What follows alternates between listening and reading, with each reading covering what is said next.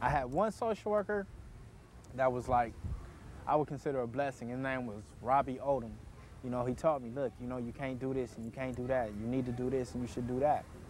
To me, he was someone to emulate, someone I wanted to be like, because he had his head on and everything he did was positive, you know. When I'd have problems in school, he would come up there and talk to my teachers. He was there. It was like more than a job. He treated me like I was, you know, one of his family members. My foster mother, my last foster mother, Deborah Spencer, she's helped me through a lot. She treated me as if I was her own kid in the sense that she wasn't a person that said, I love you every day, or you just give me a hug. I think I've only received 2 hugs from her, and she probably said, I love you 3 times, but she taught me things that I would need to know to live in the real world. There are good foster parents out there, and I know other kids that found some. I found one foster parent, her name was Billy Wilder, and she was really good. She gave emotion, and not many foster parents do that. And she gave me hope. Really what it was is that I wasn't just a nobody's kid. I could be somebody, and I could be part of a family, and I could be loved. The current foster family that I live with now, I consider my mother and father because they have been there for me. And I started calling them mom and dad about 1.5 years after I lived with them. And it was one day we were outside, just at the pool, and I was trying to get my foster mother's attention. And I just yelled out, Mom, and she turned around and she started, you know, she looked at me and she goes, oh, yes, honey, what do you want? And I was so happy, and it felt so right to call her Mom. There are people out there that care. Even if you don't know them, somebody will help you. You just got to be willing to take the help.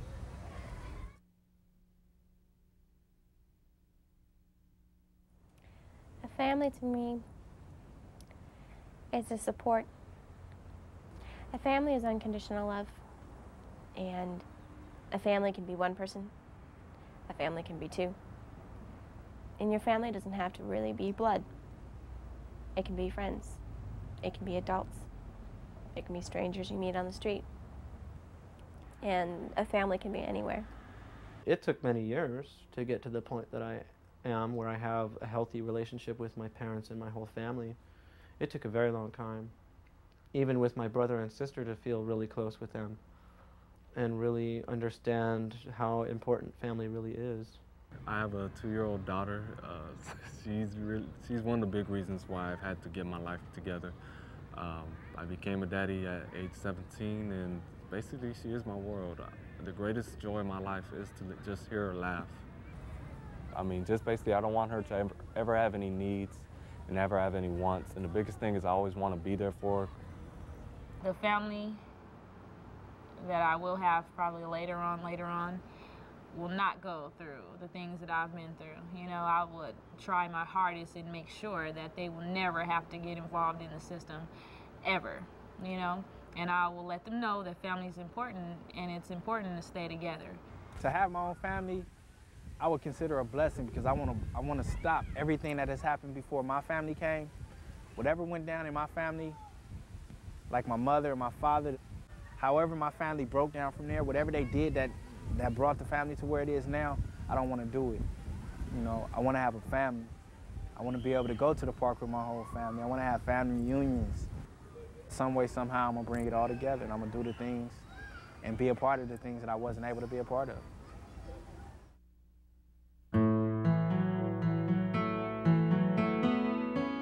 You think about emancipation the first day you get into foster care, even if you're 3 years old, because that's when you get out.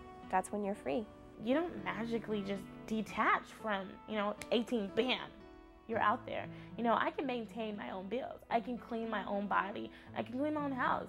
But I still need, like some kind of, I guess it's love. It's just flat out just love. That's all that you need, is you need love. This is a big step. Am I gonna make it?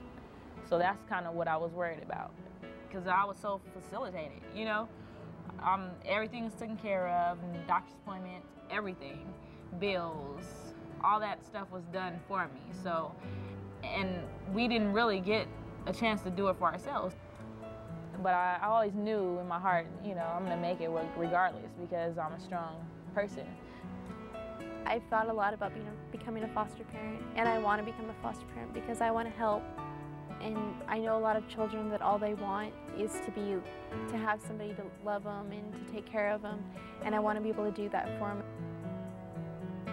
Every one of us has a story, and I mean, we're not bad people, you know, we're not.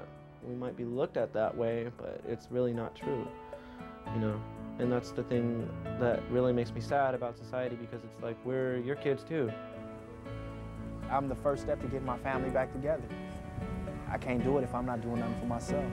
So as long as I keep doing what I'm doing, I got an opportunity, you know. That's what I'm striving for. I want to be successful in life. I don't know exactly what it is. I just don't want to be on the streets. I don't want to be the dope man. I don't want to be an OG gang member. I want to be a brother, a father, and a son. Those are my ultimate goals. Before a foster child, I always walked with my head down. I was ashamed, I was nervous, I was scared of who I was.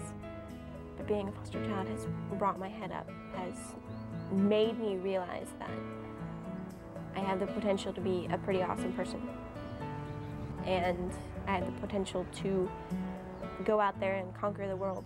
And I have the potential to just be everything that I've ever wanted to be.